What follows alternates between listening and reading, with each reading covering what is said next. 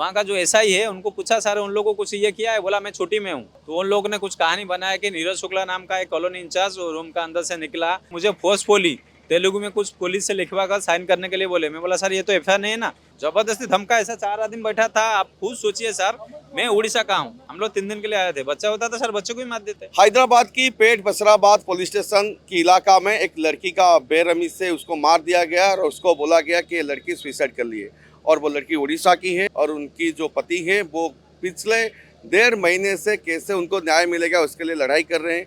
उड़ीसा के मुख्यमंत्री के पास आए और आज उनके ग्रीवांस में मिलने को नहीं दिया जा रहा है क्योंकि उनके पास जो डॉक्यूमेंट होना चाहिए वो नहीं है। लेकिन भुवनेश्वर डीसीपी को ये बात भी मालूम है कि किस तरह से वहाँ एक लड़की को मारा गया है और भरतपुर पुलिस भी उन लोग के साथ गया था, लेकिन आज तक उनको इंसाफ नहीं मिला। और सबसे बड़ी बात जो है, उनको थाने में 2-3 ऑफिसर जो तेलंगाना में ज़बरदस्ती दस्तखत करवाए और वहाँ से जो लड़की उनकी पत्नी थी उनकी डेड बॉडी उड़ीसा भेज दिए। तो सीधा सलग चलते हैं, उनसे बात करेंगे डायरेक्टली। सर क्या उस दिन हुआ था हादसा और आप क्यों कह रहे हैं कि ये सुसाइड नहीं है? मेरा नाम गौतम चरण घड़ाई है, मैं भरतपुर का रहने वाला हूँ।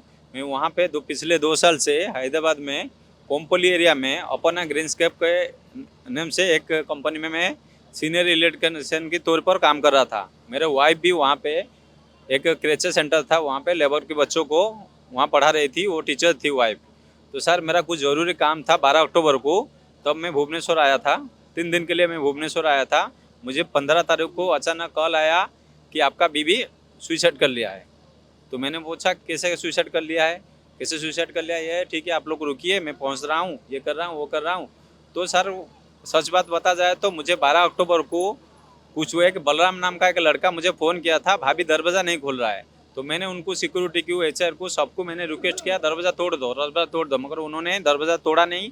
2 घंटे के बाद मुझे बता रहे कि मेरा बीवी ने सुसाइड कर लिया। तो सर ऐसा कैसा सुसाइड खा, तो कोई मिठाई खाने वाला चीज़ नहीं है कि कोई सुसाइड कर लेगा। तो उसका सटीक मानसिक तनाव था या फैमिली ऐसा कुछ भी नहीं है सर। अगर कुछ होगा तो पुलिस को मेरा रिक्वेस्ट है, पुलिस तदंत करे। उसमें अगर दोषी कोई भी पाया जाएगा, मैं भी हूँ, मैं भी इंक्लूडिंग मी, मेरे सास कोई भी हो, ये हो। तो उन लोगों ने कुछ कहानी बनाया कि नीरज शुक्ला नाम का एक कॉलोनी इंचार्ज रूम का अंदर से निकला। अगर सर नीरज शुक्ला रूम का अंदर से निकला तो आप लोग मेरा बीवी को क्यों नहीं निकाला? मेरे कहने पर दरवाजा क्यों नहीं तोड़ा? उसको मरने के लिए क्यों छोड़ दिया? नीरज शुक्ला को क्यों छोड़ दिया आप लोगों ने? तो सारी सत्यासत्य का उसको क्यों इंक्वायरी में नहीं लिया? निकला करके वो लोग बता रहा है। तो अगर कोई सुसाइड करता है तो अंदर से दरवाजा बंद रहता है ना, फिर वहाँ नीरज शुक्ला अंदर गया कैसे? अंदर अब बाहर कैसा गया? बाहर ये क्या, वो पूरा सर जब तो मैं वहाँ पे नहीं था तो उसका ठीक तदंत हो, प्रॉपर इन्वेस्टिगेशन अभी तक कुछ नहीं हुआ। वो लोग कोई नहीं किया किसको। और जो जो दरवाजा तोड़ने के लिए मैं जिन को बोला था वो गया था नहीं गया था अलग बात है सर। जब दरवाजा बंद था, मेरे पास जो सिक्योरिटी ने कॉल किया था, चंदन बोरा, नयन बोरा, बलराम जब कॉल किए थे भाभी ने दरवाजा नहीं खोल रहा है, तो मैंने बोला दरवाजा तोड़ दो। तो आप लोगों को दरवाजा तोड़ना चाहिए था। मैंने बोला मैं वीडियो कॉल करता हूँ, दरवाजा तोड़ो, अंदर क्या है क्या नहीं है, भाभी क्यों नहीं खोल रहा है, दरवाजा तोड़ो। तो वो लोग ने मुझे दरवाजा तोड़ा नहीं, तो दरवाजा तोड़ देना चाहिए थे, मुझे पता चलता ये होता। तो सर जब ये होने का बाद तो सीसीटीवी फुटेज मैंने बड़ी मुश्किल से किससे कलेक्ट किया हूँ। मेरे पास कुछ सीसीटीवी फुटेज है जो मेरा रूम का डोर तक फोकस कर रहा है। 5 GB का मेरे पास सीसीटीवी फुटेज है। कुछ वीडियो से ये लोग कुछ नीरज शुक्ला कब गया उसका कुछ ये नहीं है, जाने के लिए उसका पास बहुत रास्ता था क्योंकि वो टीना रूम था, ये लोग अंदर से जा सकते हैं। ऐसा हो सकता भी है नीरज शुक्ला गया होगा कि और कोई गया होगा, ऐसा कुछ को होगा। तो हम तो नहीं थे, हमको पता नहीं है, तो उसका सटीक तदंत हो, मेरा रिक्वेस्ट है। तो सर पुलिस ने वहाँ पे फिर मैंने क्या किया, सुबह का फ्लाइट यहाँ 8-10 पकड़ का फ्लाइट भुवनेश्वर से हैदराबाद के लिए रवाना हुआ। वहाँ जब मैंने पहुँचा तो वहाँ पे मैंने पूछा, पहले जाके पूछा मेरा बीवी किधर है? वो बोला नहीं तुम्हारा बीवी का इलाज के लिए हम लोग चला गया था। तो मेडिकल में जाके पूछा सर अगर किसी का इलाज होता है तो उसका एडमिशन होता है पहले, आपको मालूम है? तो उसका कोई एडमिशन नहीं था। मुझे फोर्सफुली तेलुगु में कुछ पुलिस से लिखवा कर साइन करने के लिए बोले। मैं बोला सर ये तो एफआईआर नहीं है ना। बोला नहीं ये एफआईआर नहीं, ये पंचनामा है, तुम्हारा बीवी का पोस्टमार्टम होगा, नहीं तो लाश सड़ जाएगा, जल्दी पोस्टमार्टम कराओ और अपना खर्चे से तुम उड़ीसा लेकर के जाओ। जब पोस्टमार्टम हो गया सर, मैंने मना किया, रात को सर हमारा उड़ीसा में नहीं होता है पोस्टमार्टम, आपको रात लोग क्यों करते हो? तो रात को वो लोग ने रात को करीब 8 से 9 बजे का अंदर पोस्टमार्टम कराया। कराने के बाद मुझे ज़बरदस्ती बोला कि लेके जाओ। पुलिस ने बहुत धमकाया, वो लोग ने बहुत धमकाया। कंपनी का जो हायर अथॉरिटी करीबन मुझे 10-15 आदमी ने बार बार फ़ोन कर रहा था, एक डेड बॉडी लेगा कि नहीं, डेड बॉडी लेगा कि नहीं, डेड बॉडी अगर नहीं लेगा तेरा बीबी का डेड बॉडी के साथ तेरा डेड बॉडी भी हम लोग भेज देंगे। ऐसा ही हमको धमका चमक दिया। तो सुबह सर फिर भी मैं बहुत कंट्रोल करके वहाँ से भाग गया, हॉस्पिटल से भाग गया। तो दूसरे जगह सिकंदराबाद एक जगह है, वहीं पे मैं रेलवे स्टेशन में रात गुजारा। सुबह 9 बजे जब मेरे बीबी का डेथ बॉडी लेने के लिए मैं प्रिपरेशन किया, तो ईश्वर रेड्डी को मैं फ़ोन किया, सर ये किया, तो वो लोग ने पहुंचा वहाँ पे, डायरेक्टली बात किया, सर वहाँ 1100 किलोमीटर है, मैं अकेला एक डेड बॉडी लेकर कैसे जाऊँगा। तो मेरे साथ एक लड़का किसी को भेजिए, एक बोला वो this is your own responsibility, हम लोग कुछ नहीं कर सकते, हम लोग कुछ हेल्प नहीं करेंगे, ये नहीं कर सकेंगे, तुम पैसा भी 1 रुपया नहीं देंगे, कुछ भी नहीं करेंगे। सर मेरा पास 24,000 था। तो हमारा जो मेरे डिपार्टमेंट का मेरे जो कलीग थे ये ले, वो लोग ने कलेक्शन करके मुझे मेरा 60,000 खर्चा हुआ मेरा बीवी का डेड बॉडी लाने के लिए यहाँ उड़ीसा एम्बुलेंस में। तो वो लोगों ने हेल्प किया। हेल्प करने के बाद सर कुछ पुलिस यहाँ पे डीसीपी माँ ने हम कलेक्टर से लेकर भरतपुर थाने, जैसे कि हम लोग भरतपुर में रहते हैं, तो हमारा लोकल थाने से लेकर कलेक्टर, खुदा कलेक्टर, डीसीपी से लेकर सारे सबको हमने बताया, वहाँ का भी बताया। सबको बताने के बाद हर सर वहाँ का डीसीपी को मैंने मेल भी किया है, मेरे पास प्रूफ है। वहाँ का डीसीपी वहाँ का कलेक्टर को मेल किया है, वहाँ का डीसीपी लेबर ऑफिसर यहाँ पे सबको बताया। बताने के बाद हम लोग मजबूरन आज सीएम जी का, जो हमारा उड़ीसा का सीएम जी का ग्रीवेंस होता है, आज सोमवार को, हर सोमवार को हमारा जो ग्रीवेंस होता है, वहाँ पे आके उनको मैंने जो सारे डिटेल्स है, एक्यूज का डिटेल्स है, मेरा डिटेल्स है, उनको मैंने और किस किस का पास गया था सारे डॉक्यूमेंट हमने सीएम का ग्रीवेंस में दिए है। फिर हम लोग 7 नवंबर को वहाँ पे गए थे मेरा स्टेटमेंट लेने के लिए। भरतपुर का पुलिस जब हमारा साथ गया था मेरा स्टेटमेंट लेने के लिए, उनका साथ मैंने अपना सारे स्टेटमेंट दिया था उनको। स्टेटमेंट देने के बाद सर ये सारे का सारे जो 8 लड़के का नाम बताया आपको मैंने, Neeraj Shukla number with phone number के साथ, पुलिस को मैंने ये सारे डिटेल्स दिया। नीरज शुक्ला, नयन बोरा, चंदन बोरा, ईश्वर रेड्डी, सुरेश रेड्डी, चंद्रशेखर, अनिल, सुब्राजू, ये 8 का 8 को आज तक पुलिस, मेरे सर कॉलेज है वहाँ पे काम फाम करते हैं, जो डर फ्लोर की कोई डरता है उनसे, फिर भी शायद चोरी छुपी मेरे से जो कोई बात करता है, वो लोग बता रहा है कि पुलिस अभी तक उनको पूछा भी नहीं। और खुद मैंने साथ धर्मेश को पूछा, वहाँ का जो एसआई है, उनको पूछा सर उन लोगों को कुछ ये किया है, बोला मैं छुट्टी में हूँ। वो मेरे को फ़ोन नहीं उठाता है, फिर बीच बीच में बोलता है मैं छुट्टी में हूँ और कुछ जबरदस्ती धमकाया सर, जबरदस्ती धमकाया। ऐसा 4 आदमी बैठा था। आप खुद सोचिए सर, मैं उड़ीसा का हूँ, वहाँ तेलंगाना अलग स्टेट है। अचानक मेरा 26 साल का बीबी मरी हुई है। लोग बोलते हैं तुम सिग्नेचर क्यों किया। वो भरतपुर का पुलिस भी मेरे को बोलता है कि पागल की तरह बोलता है कि वो तुम सिग्नेचर क्यों किया। सर मेरा जगह में आप लोग सोचिए, वहाँ अलग जगह में मेरा बीबी मरा पड़ा हुआ है, मैं 4 आदमी खड़ा है, पुलिस वहाँ का है, क्या क्या भाषण लोकल लैंग्वेज में बात कर रहा है, क्या करेगा इंसान। तो मजबूरन मेरे को बोला जबरदस्ती साइन करो, नहीं तो तुम्हारा साथ, तुम्हारा बीबी का लाश के साथ तुम्हारा लाश भेजवा देंगे, पार्सल में, प्लेन में कुरियर कर देंगे, ऐसा बोलते हैं। तो आप लोग क्या करते सर।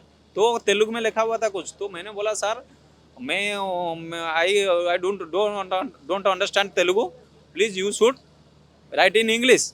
मैंने उनको बोला भी, नहीं तो मैं लिखता हूँ इंग्लिश में। तो वो लोग ने ऐसा कुछ ये नहीं किया, तो रेस्पॉन्स नहीं किया। जो कुछ भी लिखा था तो किसी को बोला रिमांड में लिया है, जिनको मानो कि वो लोग भी दोषी है, कुछ गलत किया है क्या नहीं है, तो उन लोग का नाम मैंने नहीं दिया था। जो मेन एक्यूज है, जिनका नाम आपको मैंने बता चुका हूँ कई बार, मेन एक्यूज है विथ नंबर, जो मेन एक्यूज है उनको सर कम से कम, मेरा बीबी मरा हुआ है, कम से कम वो दोषी है कि नहीं, पुलिस का काम है। पुलिस क्या करेगा, एविडेंस कलेक्ट करेगा। उन लोग को लेकिन तो पूछताछ आप करो ना सर। ना पूछताछ करता है, ना पुलिस पूछताछ करता है, ना उनको लिया है, ना उनका पास पहुंचा है, ना उनको एक फ़ोन कॉल भी किया है। फ़ोन कॉल करके सर पुलिस स्टेशन से उनको तो लेकर कम से कम रिमांड में लेकर उनको पूछताछ करना चाहिए। सर मेरा ये कहना है उड़ीसा गवर्नमेंट से, वहाँ तेलंगाना गवर्नमेंट से, जो सारे हायर अथॉरिटी से प्रॉपर इन्वेस्टिगेशन हो, अगर जरूरत पड़े तो सीबीआई का तदंत हो, क्या हुआ अगर मेरा बीबी मरा है सर। पीछे उनको मार के वहाँ पर लटका दिया बहुत रीजन है सर, क्योंकि वो सोशल वर्कर था, कंपनी के अगेंस्ट में सोशल वर्क कर रहा था, अपना जॉब छोड़ के, अपना जॉब तो कर रहे थे, एक्स्ट्रा टाइम में छुट्टी में सोशल वर्कर, जो वहाँ पे औरत है, जो बच्चे हैं, उनको बाहर लेके ये कर रहा था, तो कंपनी अगेंस्ट में वो काम था। तो हमारा पास भी 1-2 प्रूफ है, मैं आपको भी प्रूफ करा सकता हूँ, जो सोशल एक्टिविटी में थे, तो जो कर रहे थे कंपनी के अगेंस्ट में, कुछ शायद वो चीज़ हजम नहीं हुआ होगा, नहीं तो ऐसा हुआ होगा। उनको कुछ, वो लड़की थी, आजकल के आपको तो जानते हैं ज़माने में, लड़की थी, शायद उनको रेप करने की, वो अटेम्प्ट टू सुसाइड या रेप, ऐसा कुछ भी हो सकता है। तो हरासमेंट, बहुत सारी चीज़ें हैं। तो सर मैं तो नहीं था, मैं ऐसा भाई आकलन नहीं कर सकता। तो पुलिस प्रॉपर इन्वेस्टिगेशन करेगा तो छुपेगा नहीं जो चीज़ें, उनका और कोई भी नहीं है। और उनका एक 4 साल का बच्चा है सर। 42 दिन में बच्चा 42 दिन में कितना मुश्किल से सोता है, क्या करता है बिना माँ के बगैर, उसको माँ को छोड़ के किसी को एक दिन भी नहीं रहता था, कितना मुश्किल से बच्चा रह रहा है। उसका ऊपर भी थोड़ा गौर कीजिए सर, उसको भी थोड़ा फोकस कीजिए, बच्चे को देखिए। ये उनका लड़का है, 4 साल का लड़का है, बहुत लाड बाल से पढ़ा था इधर। अच्छा, जब इंसिडेंट हुआ तो ये बच्चा भी वहाँ था? नहीं, बच्चा मेरे साथ था। हम लोग 3 दिन के लिए आए थे। बच्चा होता तो सर बच्चे को ही मार देते। हम लोग का किस्मत अच्छा है, कम से कम बच्चे को नहीं। कैसे लेके आए उनको छोड़ के अकेला? बच्चे को साथ में सर उनका पल्स पोलियो था। उनका पल्स पोलियो उसी दिन था। मेरा पासपोर्ट ऑफिस में मैं अपॉइंटमेंट ले लिया था, उनको लीव नहीं मिला सर। उनको लीव नहीं मिला, मैंने अपने स्टेटमेंट भी कह चुका हूँ, क्योंकि कौन चाहेगा मेरा बीबी को मैं छोड़ के आऊँ, ये करूँ सर। सारे व्यवस्था है, हम लोग जहाँ अभी रहते हैं रेसिडेंसी है हमारा भुवनेश्वर से भी, वहाँ सेफ एरिया था। हमारा सेफ एरिया, सीसीटीवी फुटेज था, मेरा रूम का अंदर ये था, रूम का बाहर सीसीटीवी फुटेज का ये था, रिकवरी था, जॉब कर रहे थे। और बात ये है कि सर लड़कियां भी बाहर जॉब करते हैं, ये करते हैं, लड़की महिला भी अकेले भी करती है। अगर सेफली उनको अगर सेफ्टी नहीं दिया जाएगा, वो करते हैं तो आप अभी क्या चाहते हैं? सर मैं ये चाहता हूँ प्रॉपर इन्वेस्टिगेशन हो, उसमें जो कुछ कोई दोषी पाया जाएगा, सीबीआई तदंत हो, जो कोई दोषी पाया जाएगा, जो कोई भी इंक्लूडिंग मैं भी हो, उनका माँ भी हो, कोई भी हो, मेरा बीवी मरा है, अगर मेरा बीवी मरने का पीछे मेरा भी हाथ है तो मुझे भी सजा मिले। जो कोई भी हो, वो जो मर गया उसके पीछे अगर मेरी वजह से वो मरा, इनकी वजह से मरा कि और किसी की वजह से मरा, उनको उनको उनको ये मिले। और कंपनी की तरफ से मेरा रिक्वेस्ट है, उनका एक बच्चा है, उसका फ्यूचर के लिए कंपनी की तरफ से जो गाइडलाइंस के लेवल लॉ के हिसाब से जो कंपनी सेशन का जो हिसाब से ये होना चाहिए, उनको मिलना चाहिए। इतना कह के अपना वक्तव्य मैं खत्म करता हूँ।